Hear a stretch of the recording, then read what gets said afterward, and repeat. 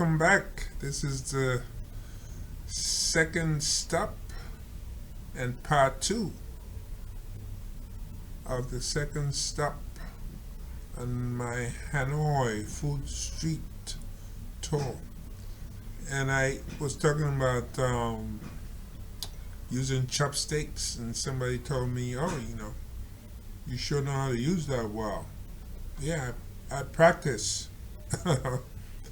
I don't live too far from Chinatown, and I was able to pick up, that is Chinatown in Manhattan.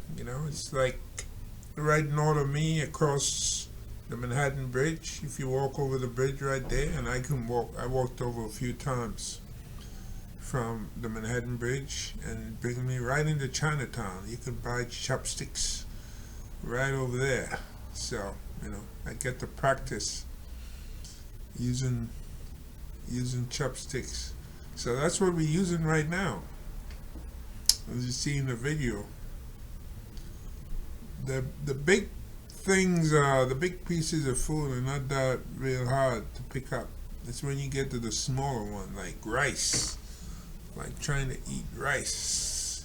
Especially if they're grainy and if they're clumped, it's easier. But if they're grainy, it's much more difficult. And then you have the meat and so forth with chopsticks. So there we are, enjoying this food. Yeah, on our second stop.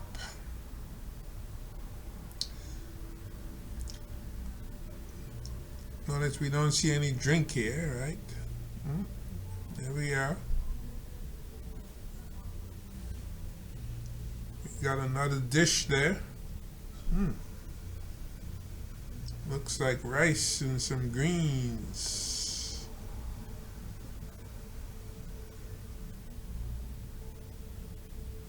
Yeah.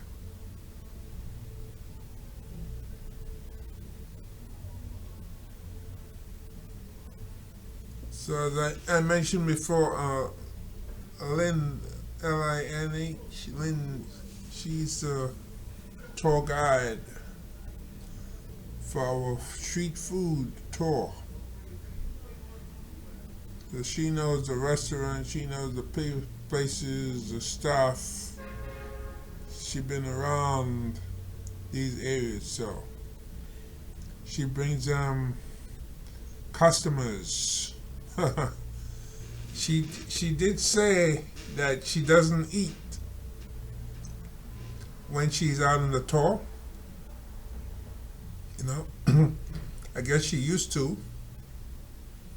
I believe she said she gained like 10 kilos, which to those using the imperial system, that'd be like 22.2 pounds. Yeah. That's a lot of weight. It makes a big difference. So she said, I guess when she goes home to her family or what have you, and she eats with her family, that's what she's doing to eating. But like on these tours, it's really a lot. Much later on, when I go down to Ho Chi Minh City, which they still call Saigon, there's the Saigon food street tour. I think we went to maybe at least 4 or 5 restaurants. And the food is not really heavy, but after a while eating, you begin to feel full. And that's what happened to me. And the last stop, the tour guide over there, her name was Dahlia, and she asked me if I would like to have some ice cream. I think she mentioned coconut ice cream, but no, I said no. I asked her about it because I think sometime before I had an ice cream that said coconut ice cream. I'm not sure if it was Thailand or Vietnam. and they actually like put like shaved coconut on the ice cream. That's not my definition of coconut ice cream. My definition of coconut ice cream is coconut cream is mixed in into the ice cream with the milk, everything else that will make the ice cream. That's coconut ice cream to me, you know. Not like shave some coconut and then you throw it on top of the ice cream. No, no, no, no, no. Yeah, I think that might have been in Vietnam, maybe. I don't know, maybe Hanoi.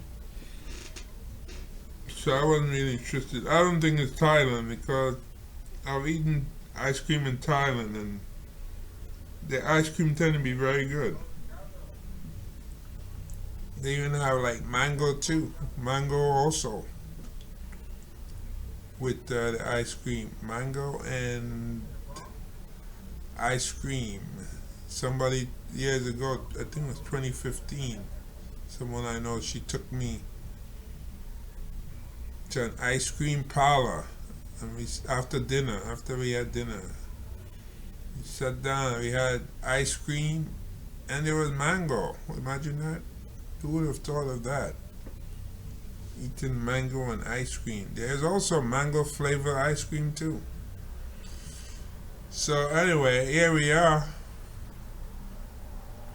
It's the second part of the second stop. Second part two of the second stop. Eating this stuff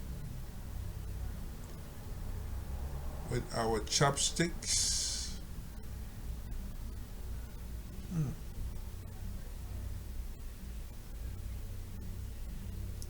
I guess the food must be really good at this point, right? Yeah.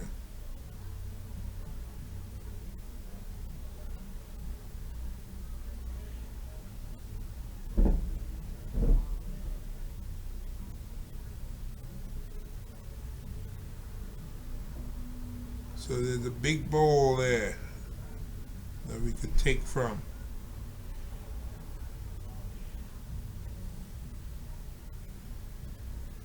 Mm.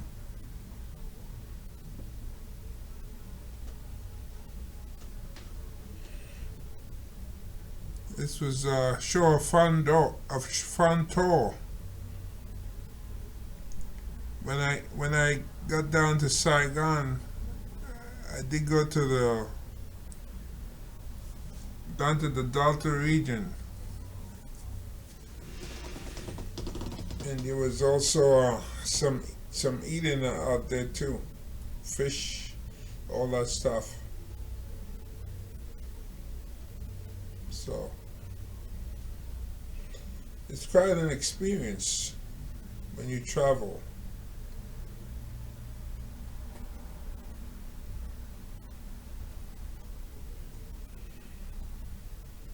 So it looks like people are getting full here, and this is just our second stop.